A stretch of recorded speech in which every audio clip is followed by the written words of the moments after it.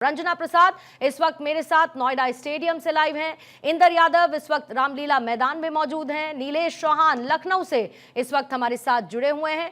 आइए सीधा उन्हीं का रुख करते हैं। सबसे पहले एक बार रंजना मैं आपके पास आना चाहूंगी, आपकी मौजूदगी नोएडा स्टेडियम में है, जल्दी से बताते चलिए कितना इंतजार।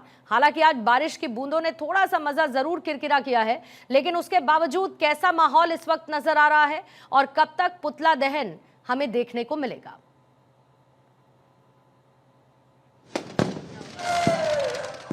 दिखाते आप मेरे पीछे देख पाएंगे यहाँ पर रावण, कुंभकर्ण और मेघनाथ का पुतला है, लेकिन बारिश ने जरूर खलल डालने की कोशिश की है।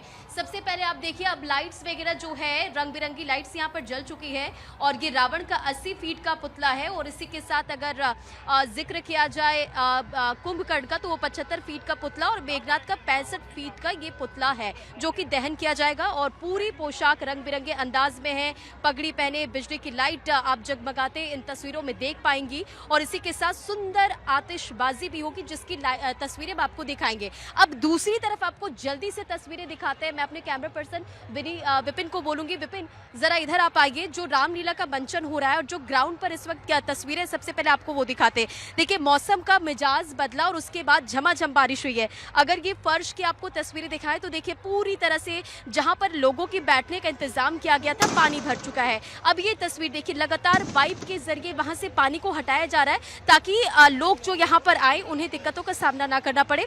और इधर आइए, आपको तस्वीरें दिखाते हैं। देखिए, ये मंच की तस्वीर है जहाँ रामलीला का मंचन होगा और यहाँ पर जितने भी बैठने के इंतजाम किए गए थे वो पूरी तरह से सीट्स जो है वो भीग चुकी है, मतलब पूरी तरह से यहाँ पर सीट्स जो है वो गीली हो चुकी है। अब देखिए, यहाँ पर लोगों की मौजूदगी है और इसी के साथ अभी भी जो यहाँ पर लोग हैं अपने परिवार के साथ, छोटे छोटे बच्चे यहाँ पर आपको इन तस्वीरों में नजर आ रहे हो। देखिए, बच्चे भी यहाँ पर कितने एक्साइटेड नजर आ रहे हैं जो कि पुतला दहन, रावण दहन को देखने के लिए मौजूद आए। और ये जो पर्व है, जाहिर तौर पर ये सिर्फ एक पर्व नहीं, ये हमारी संस्कृति, हमारे विश्वास का प्रतीक है। और आपको सीधे हम तस्वीरें दिखा रहे पूर्णिमा कि किस तरह से यहाँ पर इंतजाम किए गए, क्योंकि जोरदार बारिश हुई और इस बारिश ने इस पूरे रावण दहन के जो आयोजन किया गया था, जाहिर तौर पर खलल डाला है। क्योंकि जो लोग यहाँ पर बैठने के लिए आने वाले थे उन्हें भी दिक्कतों का सामना करना पड़ा। और आप देखिए, ये जो यहाँ पर बैठने के जो इंतजाम किए गए थे, पूरी तरह से यहाँ पर पानी भर चुके हैं,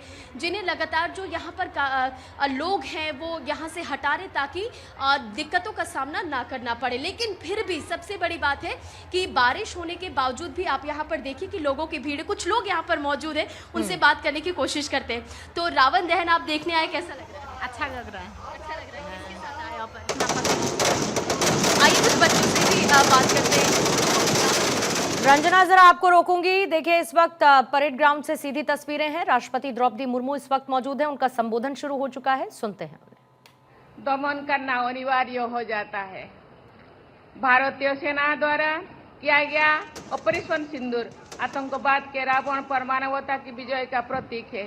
इसके लिए हम भारत माता की रक्षा में तैनात सभी सेनानियों को हम नमन करते हैं, धन्यवाद करते हैं।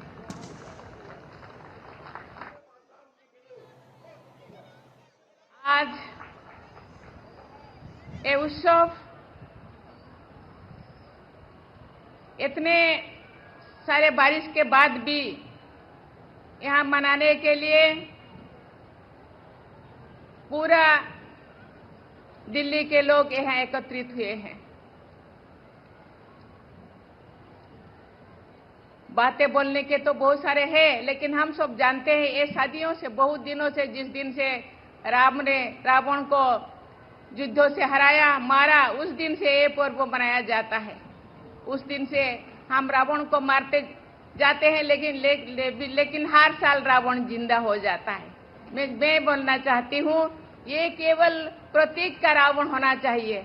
लोगों के अंदर रहने वाला जो बुराई, उसको भी खत्म करना चाहिए, जो ये बुराई कभी वापस ना आ जाए। सुख, शांति, आनंद, प्रेम से लोग रहे, मन में जो बुराइयां है उसको खत्म करें, ये भी एक संदेश है। तो राष्ट्रपति द्रौपदी मुर्मू को आप सुन रहे थे और किस तरीके से ऑपरेशन सिंदूर को अंजाम दिया गया। वो आतंकवाद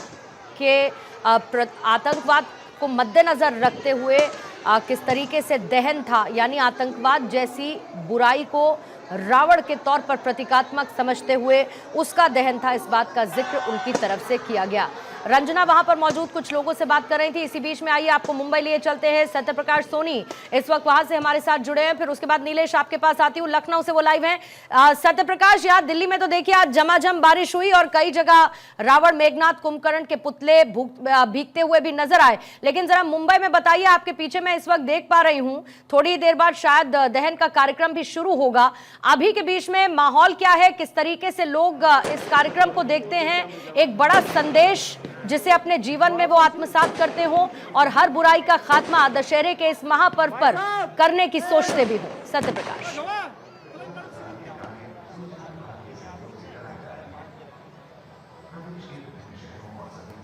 कि 6:30 बजे का वक्त दिया गया था जब रावण को दहन करना था, लेकिन बार बार बारिश की वजह से यहाँ तमाम लोग मूर्तिकार व रावण को बचाने में लगातार कोशिश कर रहे हैं। मुंबई में आज सुबह से करीब 4 बार बारिश आई है और 4 बार जो है रावण को बचाया गया है। इसमें जो तस्वीरें आप देख रही हैं, रावण के चेहरे पर प्लास्टिक लगा दी गई है जिससे दहन से पहले तक रावण को सुरक्षित रखा जाए।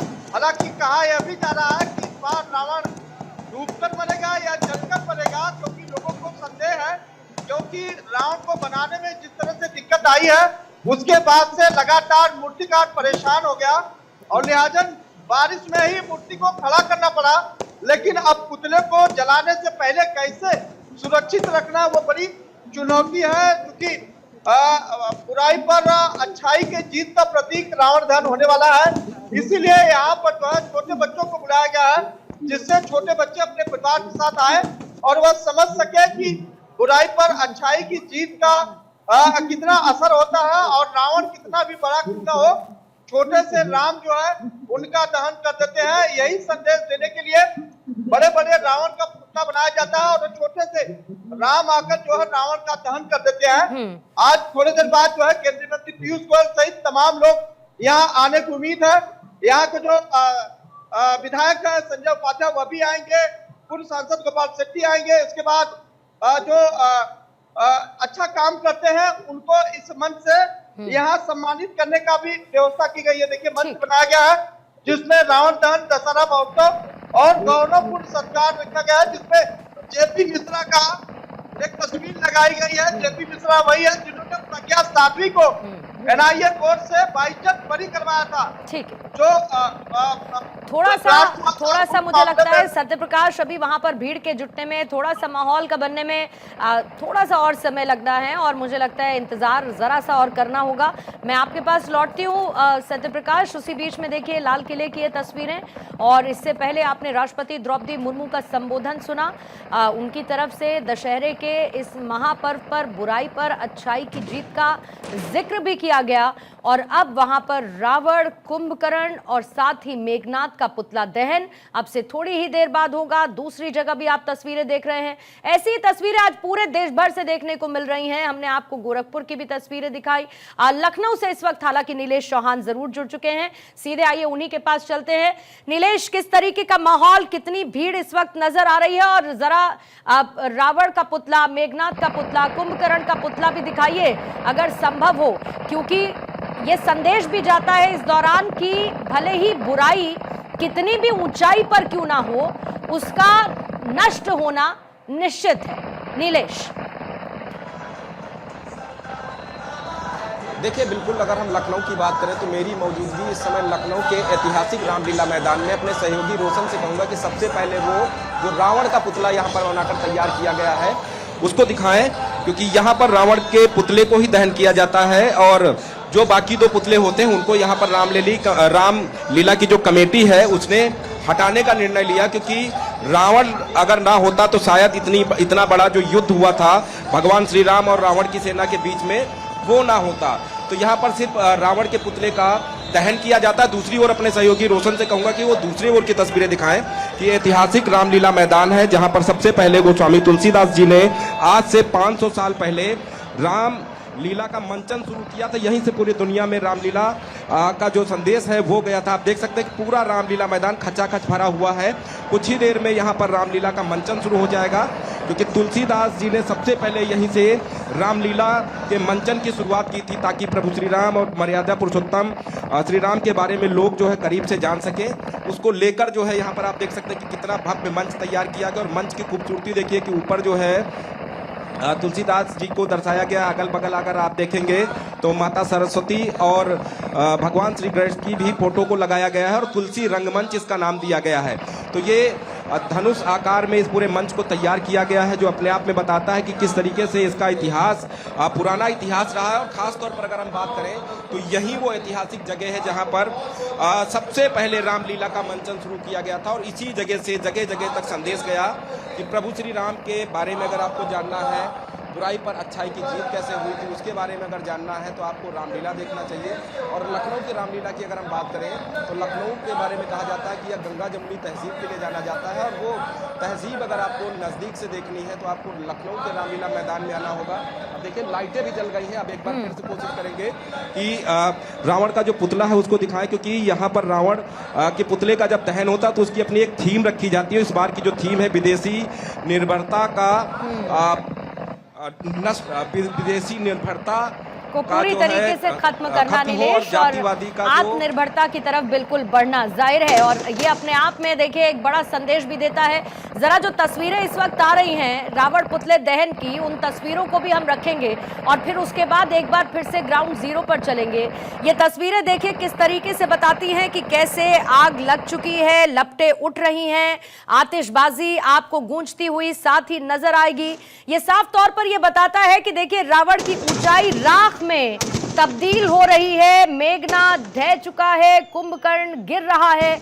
चारों तरफ सिर्फ और सिर्फ आपको जय श्री राम की गूंज सुनाई देगी, और शायद यही विजय उत्सव कहलाता है, यही धर्म की शक्ति कहलाती है जो आज इन तस्वीरों के माध्यम से देखने को मिल रही है। ये तस्वीरें यहाँ पर जब बच्चे पहुंचते हैं, युवा पहुंचते हैं, तो कहीं ना कहीं ये उन लोगों को, पीढ़ियों को ये याद दिलाता है कि चाहे बुराई कितनी भी ताकतवर क्यों ना हो, लेकिन धर्म और सत्य उससे बहुत ज्यादा बड़ा होता है। और सनातन में इसको सिर्फ एक परंपरा नहीं, साथ ही एक संस्कृति के तौर पर, हमारी पहचान के तौर पर इस तरीके के उत्सवों को याद किया जाता है। पटाखों की गूंज, शंख की आवाज, जय घोष, ये सब कुछ सिर्फ यही बताते हैं कि राम आज भी जीवित हैं और राम आज भी प्रासंगिक नजर आते हैं। ये तस्वीरें आपको लगातार दिखाते चलेंगे। एक बार फिर से आइए नोएडा स्टेडियम, आपको लिए चलते हैं रंजना के पास। रंजना, जगह जगह से तस्वीरें आने लगी है, रावण दहन का कार्यक्रम शुरू हो चुका है, जय श्री राम का उद्घोष और बुराई पर अच्छाई की जीत का संदेश वहां पर मौजूद हर एक शख्स के जहन में उतरना चाहिए, और तभी ये कार्यक्रम प्रासंगिक महसूस होता है। रंजना।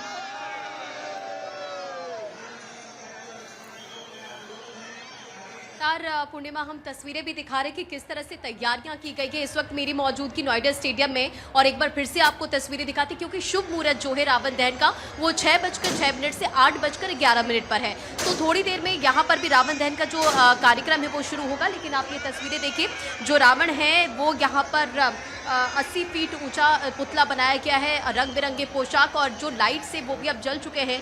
और अभी भी यहाँ अगर नोएडा का हम जिक्र करें, क्योंकि इससे पहले हमने तस्वीरें देखी थी कि दिल्ली एनसीआर में मौसम का मिजाज बदला और इसके बाद आप देखिए बारिश हुई है, अभी भी बूंदाबांदी हो रही है। और जितने भी यहाँ पर इंतजाम किए गए थे जाहिर तौर पर वो जो थे यहाँ पर खलल पड़ा ज़रूर है, और यहाँ पर जितने भी लोग मौजूद हैं लगातार उस चीज़ को वापस से ठीक करने की कोशिश कर रहे हैं। क्योंकि आप देखिए पानी भर चुका है, जो लोग यहाँ पर बैठे हुए, लेकिन फिर भी जो बच्चे हैं, जो फैमिलीज यहाँ पर पहुंची है, उनमें उत्साह बहुत ज्यादा है। क्योंकि आप इन तस्वीरों में जरा बात करिए, जो बच्चे इस वक्त हैं, मैं जानना चाहती हूँ कि ये बच्चे बताएं कि उन्हें किस किरदार से क्या सीखने को मिलता है। मुझे भी याद है और आपको भी याद होगा कि बचपन की यादों में हम पहुंचते थे अपने माता पिता के साथ रामलीला मैदान में और देखते थे रावण का पुतला दहन, और उस वक्त हमें बताया जाता था कि ये क्यों महत्वपूर्ण है। जरा इन बच्चों से भी पूछे ये क्या समझते और सीखते हैं यहाँ मौजूद रहकर, रावण दहन कार्यक्रम में शामिल होकर।